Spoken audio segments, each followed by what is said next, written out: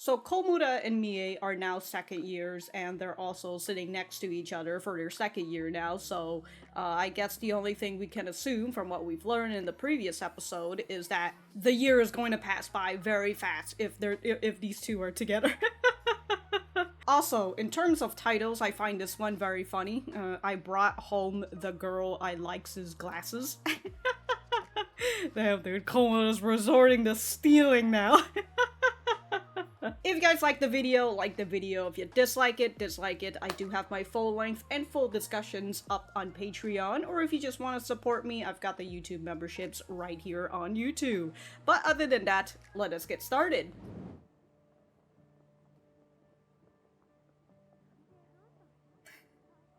God, they love all the fucking sun rays and like the low beam just shining on the metal. See, look, there, it's right there. It's always in every single fucking shot. There it is again. The fucking rays, dude.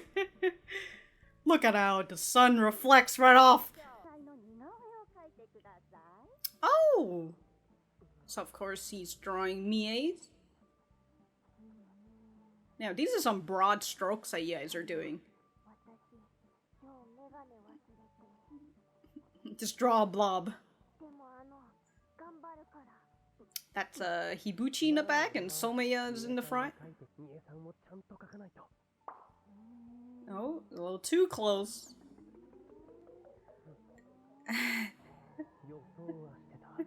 I saw this coming, but... Yeah, what a dilemma.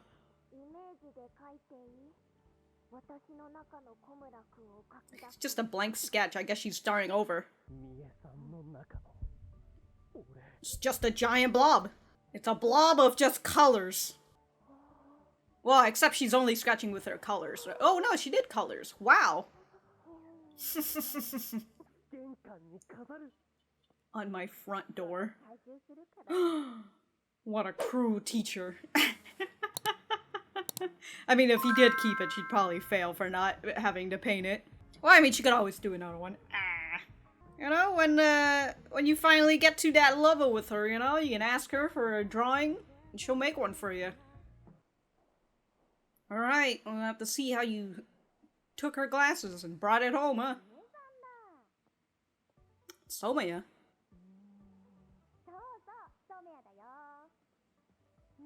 This music sounds like it's something that you could play in a fucking live stream. For VTubers.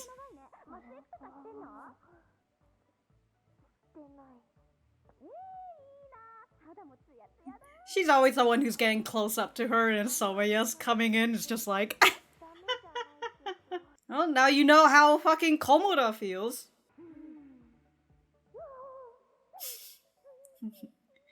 That was very Komura-like.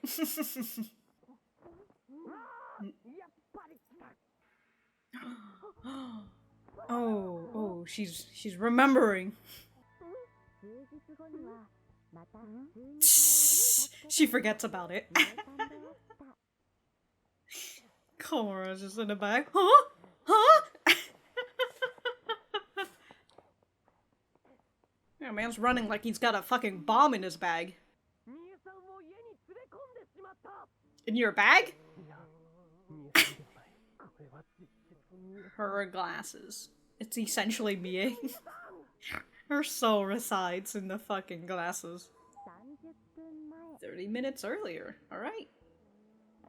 The fucking sun rays, and like the glares, and like the shine against it. It's always somewhere. Whenever they do the fucking scenic shots. Oh no, her glasses. What the fuck? Did she really open up her bag just to leave her glasses? Alright, maybe it was already on the bag. Maybe it was already on the table. Her friends didn't even notice it either? I know these red frame glasses anywhere.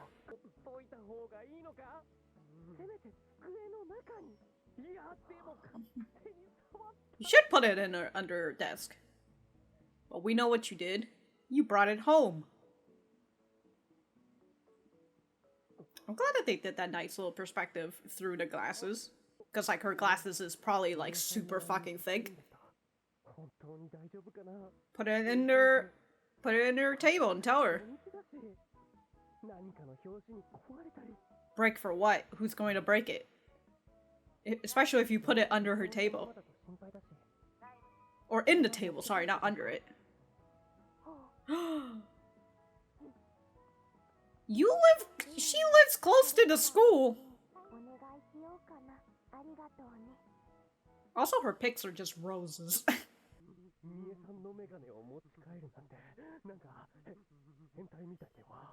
Why? Because she touched it and it's close to her face? Oh. Oh, this is the first time we see his mom, I think. I don't know why. I expected her to be her hair colored a little bit more light color than like his. Maybe his dad is the lighter color than it. But now it just feels like Mie-san's watching you with her glasses. Again, this is a great opportunity for you to be like, hey, it's the weekend, you know, what if I come over to your house so I can give you the glasses? Holy shit, do you see those? Oh my god, do you see those jackets and backpack? It was like reality.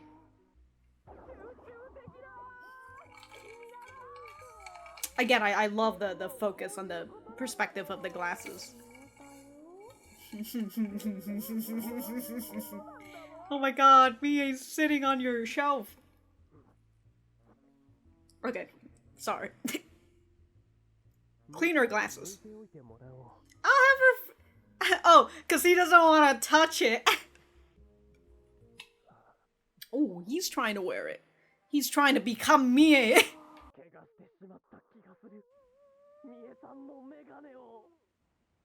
Tarnish Mie's glasses. Look, she can do it herself.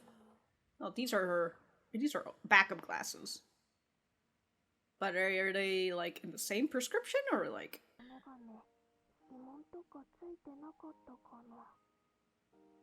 Hopefully not, or else, you know, he'll use it. He has gloves on. Damn, this man fucking cleaned her glasses. This is like taking your car to get it hand washed.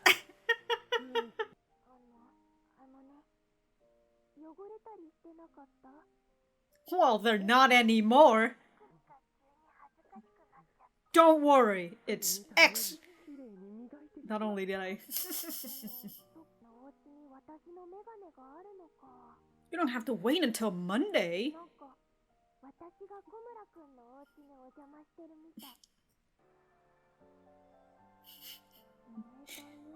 The glasses are right next to the box of tissues. He still sees it.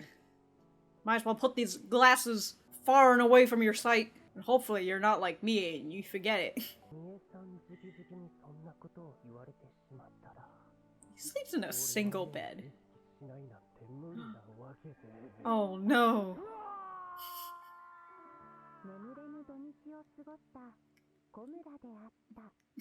Man's haunted by his sleep paralysis demon. Oh! The same shot.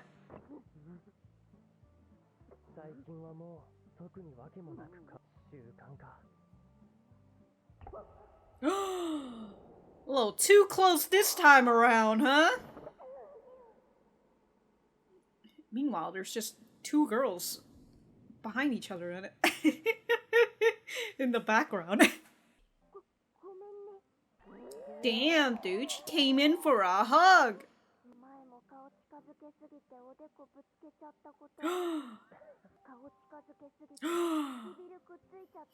Dangerous activity out here.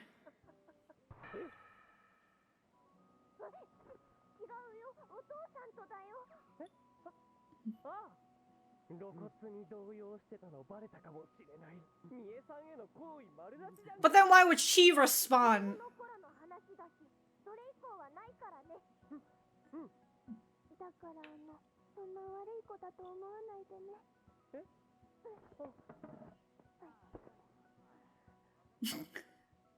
You know that Lenny face guy is sitting in the same spot. I'm really sure she didn't mean anything by it. The fuck? Again, it goes back to, like, why would she have to clarify about that point, right? To you. This is the same Alright, you played that within, like, the last 5 minutes together with one another. Is this Asuka? Well... You said in the back anyways.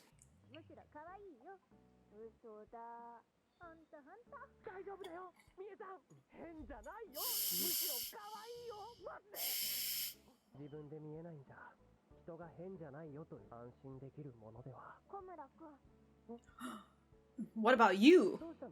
What about your words? Tell her it's cute! You've already said it in your head. You know, I've just noticed Komura's eyebrows. What are these eyebrows on Komura? It's okay then.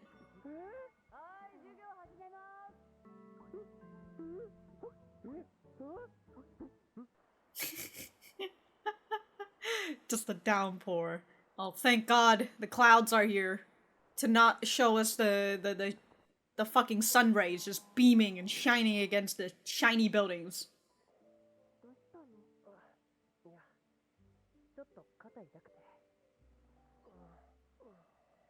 Don't worry, I was gonna say she's got experience, you know, helping out with her dad or something.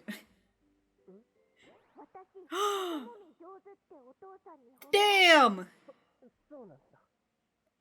I've got experience and a recommendation.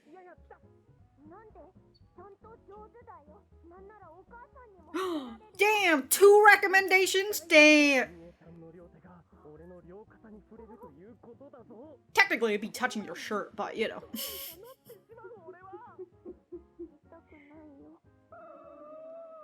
Yeah.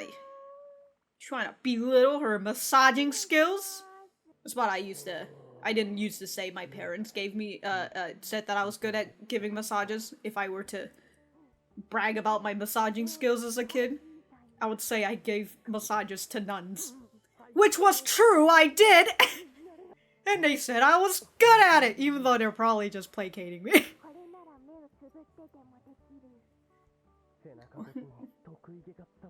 Picture her flexing. I love that Mie is like, I could do this without my eyes open. To which, like, even if your eyes were open, it wouldn't have mattered. Damn, dude, she really...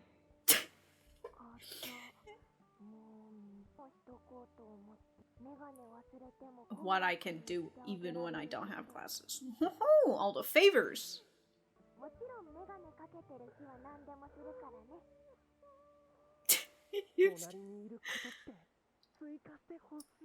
Damn. Oh, here it is again. It's following up. Oh my god. Hey, there's a QR code in the corner. Oh, that's a fucking dead arm right there.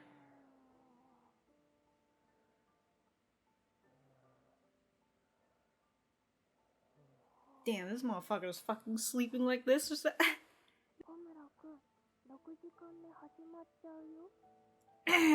Whatever, just let him rest. Let him skip 6 period. It's not important, right? Oh. Is that a bed hair?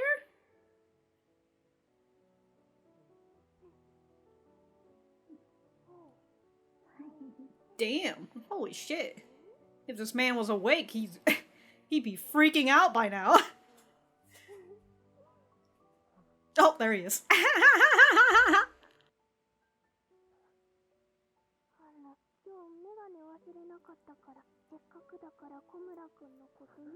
Alright. Every single details, down to the fingertips.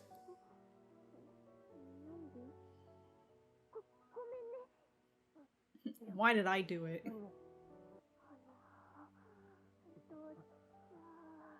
6 period?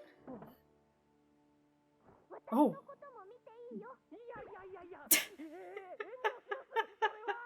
Whoa, whoa, whoa! Can't reject her offer. Come on now.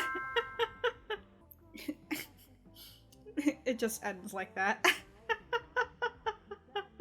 So, I had to look back again to see on each scenarios, but as I was thinking in terms of like, you know, the first half was just, I mean, it's still very much more focused on Mie and Komura, but like, it was a lot more scattered, right? A lot of like different chapters all merged into like one episode. But this one, even though it still has that same-ish format, right? It's a lot longer, and it's not as sparse. And, like, the skits that follows it, right, are much longer. If I was saying anything, I completely forgot. I got distracted. I can't believe it! They didn't draw... in the preview, they didn't draw the nipples. Come on, now. Men have nipples, too. But alright, I'm gonna get on over to the center. Alright, so that was episode 7 of The Girl I Like Forgot Her Glasses. Let me know what you guys think about it in the comments down below. You know that I always like talking to you guys. For me, I thought that this was a pretty nice episode. It continues, you know, in the same format of just different scenario by scenarios. We're not really following... they're not specifically linked to one another. I've also have mentioned the whole spiel of like the sun glare and the continuous repeating shot that they keep using, which I assume is just them trying to showcase time passage, but also like, oh, school is starting, the students are coming in and all that, right? I think I know what they're trying to do with that. And the issue is that it's literally the same shot, and like I can see that it's the same shot. And then there was that one part where they kind of did it like within like a 5-minute mark, and I was just like, huh, that's really odd. But I've mentioned this. You know, if I catch myself mentioning this a lot, I'll stop talking about it. So this is the point where I'm gonna stop talking about it. But yeah, dude, the fucking sun glare. So fucking sick, dude. In almost every scenario shot, you'll see it. As long as the sun's out and there's some sort of like reflective building or something, there's probably going to be a shine. Anyways, this whole episode, I think it has 3 scenarios. The first one being the small one that is the art class. And then the second one being Mie and Mie meeting with Someya and coming to the realization that, you know, what is it? Maybe it's not that good to be all that close. And then the third one being the longest one, which is her forgetting her glasses yet again, but Komura ends up taking the glasses. And then the last one finally being what is it? Mie's opinion for the most part, right? The whole bed hair and then the whole massaging thing. And then we've got, actually now that I think about it, these are all very small scenarios towards the end. But they're fine. I do genuinely think that they are fine because it continues to show us some sort of progress. And here in this episode, it continues to show us this sort of progress, but it kind of feels like we're a bit done with Komura's side.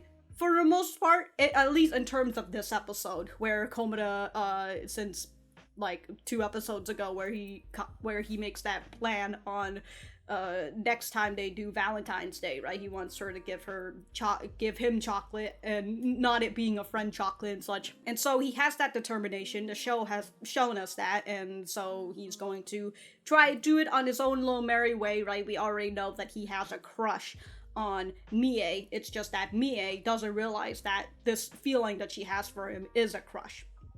And so we're kind of starting to see that in terms of a small little progression for Mie herself. The first one being with Someya. And Someya as a character, we've seen very little of her, right? I think she was first shown back when she was the one who got the glasses for Mie. And then she decided to put it on Komura. Komura gets dizzy, and then he goes and slams her against the wall. And she seems like the person who's like not very caring for the distance, right? For how the distance and closeness, because he was over here putting her against the wall, and she's just like, "Oh, sorry, I guess it's you were a little dizzy, huh?" And And in here, in this part where Mie, since she doesn't have glasses, she has to come up close to you to look, and Someya doesn't mind that, and in fact, she's doing the same thing as well, where she's deciding to come up close to Mie and taking a look at her, and Mie is just always like, what the fuck? But this makes Mie realize that, oh my god, I've been this close to Komura this whole time, and I feel a little uncomfortable, right? I feel a little flustered that somebody's this close up to me. How does Komura feels?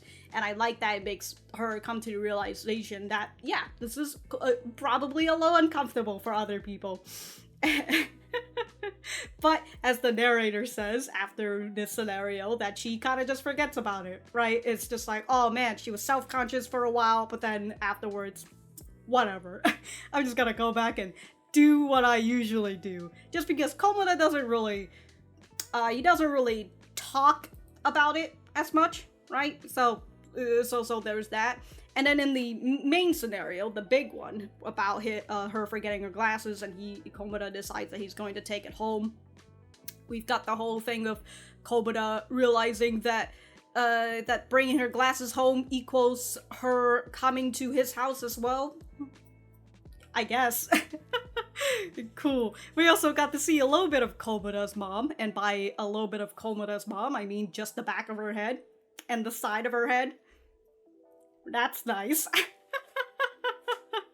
But during this part, we've got Mie, who is thinking about her glasses, and she starts to get a little self-conscious again, where she's like, oh man, hopefully there's no dirty fingerprints, right, or anything that's on my glasses. I don't want him to think that my glasses are dirty because I value his opinion. And that's kind of the thing that we've been seeing for this episode, and that we know since, you know, some episodes ago, that she values his opinion highly, and Komura doesn't realize that she does.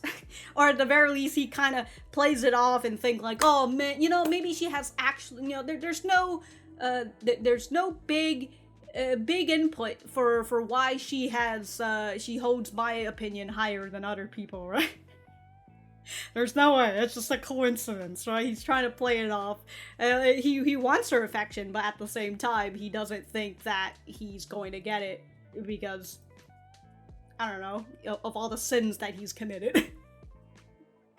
But yeah, we continue to see her getting a little self-conscious, and then the fact that she calls him, right? And then she brings up the same topic that he was thinking, where it's like, oh, if you brought my glasses home, it feels like I'm at your house as well. Or she feels into his fantasy, and then because of that, he has like a sleepless weekend. The poor lad. Again, he should have just put it somewhere where he couldn't have seen it. And then in the next scenario where Mie is back to looking at him, but she ends up slipping because she leaned a little too forward and they hugged. Whoa. And she starts talking about how other times where she leans in so close, she touches her forehead, and then other times their lips almost touch. And Komura hears that and he's just like, the fuck? And goes back to Mie where she's just like, no. It was just my dad, right? It's not some other random boy, alright? And it was just nice to see. Well, this is the part where I was talking about how Komura is just like, oh, she's just saying that for no particular reason, right? She's just, you know, she just saw that I was flustered, and she was just trying to make me feel a little bit better, right? Try to explain it a little bit more. To which, again, it's just like, why would she have to explain it to you if there weren't some other motives, right? But whatever, we're continuing to see that even though Mie doesn't understand, he said, is it me or Mie flustered by it too? Nah, I'm sure she really didn't mean anything by it. Okay. The same thing goes with the bedhead scenario where her friend is telling her that she's got a bedhead, and her friend's saying that, oh, no worries, it looks cute. And Mie does not take that. Right? She's just like, no, you're just fucking placating me. You're just joking. And so she ends up asking Komura, and Komura is like, no, it's fine. And she's like, okay, if you say it's fine, then that's fine. And then Komura's just over here like, huh? Right? She holds his opinion to a higher standards, even more than her friend. That's pretty big. It's pretty huge. And then we've got the whole massaging story part where, you know, she massages him. Good stuff. She massages him, but towards the end, she takes out a notebook and she writes down, being like, oh, these are all the stuff that I can do for you, even though I don't have my glasses on, which is rubbing your shoulders. So, again, she's starting to try to think of, well, she's already been doing this, where she doesn't want him to help her out all the time, or she wants to return the favor from time to time. And so here's her being proactive about it. And so I very much enjoy it. Actually, in terms of that being proactive, this episode is Mie being more proactive. Especially this episode, especially towards the end, where she sees that Komura's asleep, so she decided that she's going to fucking take his hand and you know, feel through his fingers and everything. And she even questioned it herself. She's just like, why? Why did I do that? I don't know. Guess you just have to figure it out when Valentine's Day come, huh? But that's basically it in terms of like the progress that we're on, right? We're kind of at the maximum level hill right now for Komura for the most part, until Mie starts to do the whole progressing stuff. So we're kind of there with Komura for now, and he's not particularly going to try to make any big moves in terms of romance, right? Because he's waiting until Valentine's Day, but he's also, I mean, what he's trying to do is that until Valentine's Day, right? Where, you know, so he's gonna try and do things that hopefully when Valentine's Day comes, Mie is going to give him chocolate, but not like friend chocolate. Somewhere around there. That's where his plan is going, right? So we know that for his plans and all that, but is he actually going to go through it? Is he actually going to make the moves on Mie? Who knows? It seems like Mie is really the person who's making the moves on it. So as I said, right, he's currently at this level, and he can't really progress any further right now in terms of the story until Mie starts to do it. She starts to move the storyline along for him. And that's pretty much all I've got for the YouTube segment, so if I have anything else to say, I will write it in the description down below. Thank you guys for sticking around, and if I don't see you on Patreon, then I will see you when I see you.